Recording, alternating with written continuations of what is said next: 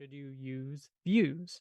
So I think they can be a convenience, um, but I personally, I mean, even though I'm a database guy, the only use cases that I've used for views is in some reporting. Yeah. So there's a few reports I wanted to do, and it just made it more convenient um, to because frankly, sometimes it's much easier for me to write an SQL query to do a report than it is to use some of Rails, the ORM to build the query. Yeah. That's just me and history where I've come from. But it is a reporting language, frankly. So Yeah.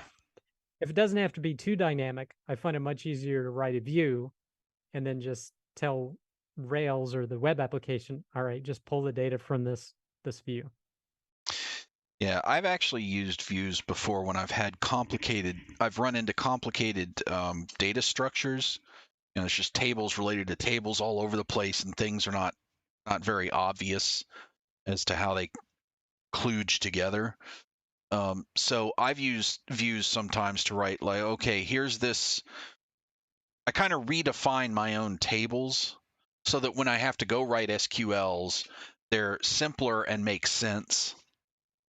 Um, so I've kind of used the views as a I don't want to call it an abstraction layer because it's like an abstraction layer kind of on top of a nasty table structure, so that on the coding side things get a lot easier and cleaner, and people can understand what's going on in the code.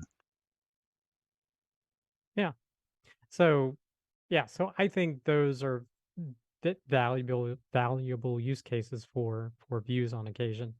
And then even from a performance perspective, sometimes utilizing materialized views.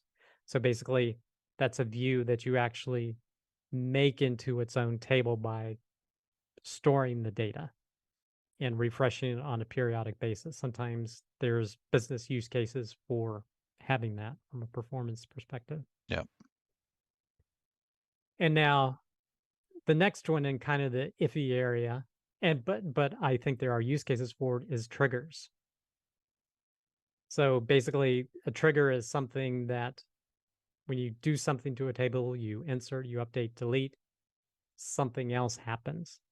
Now that sounds suspiciously like a callback because you're like, all it did was update this value and suddenly 30 values in this other table got updated. What the heck just happened?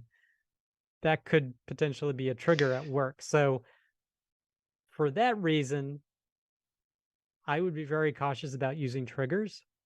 But one where I have used it is two use cases.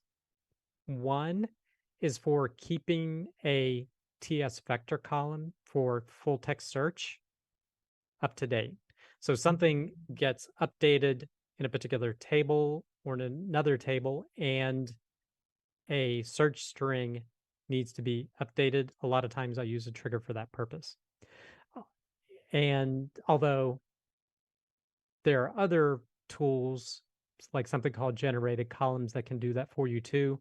But if I actually had a situation where I actually had to use a trigger, given some different dictionary uses for a full text search use case.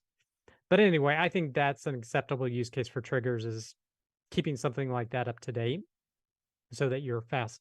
So that things like full text search is fast or your similarity search is fast. The other use case is a temporary use case. So, for example, you're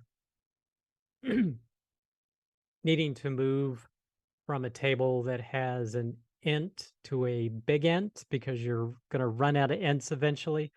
Well, you need to maybe replicate a table, backfill the data, and do things like so. That's a temporary use case of a trigger. It's there for the purposes of keeping data in sync and moving it around, but it's eventually going to go away. It's not something that's an inherent part of the application you're going to be sticking around. So and one thing I would definitely not do is put like a bunch of business logic in a trigger necessarily. So I would kind of actively avoid that. But what is your opinion on triggers? Um, I, I've used them before, but you're right. What I've almost always run into with them is they turn into black box magic, where I don't know what the Yeah. hell just happened. How did this data get here? And it's not like you can trace through code to figure that out. You have to Yep. just go looking through the database and say, oh, well, there's a trigger there, duh. But that's not the first place you're going to look. You're going to be spending hours tracing through your code trying to figure out what the hell's going on with that. What piece of my Ruby code updated this table? Right. And then the answer is none. None. It's a trigger in your database. Or it's exactly. Well, who the hell did that? Me 6 months ago. You idiot.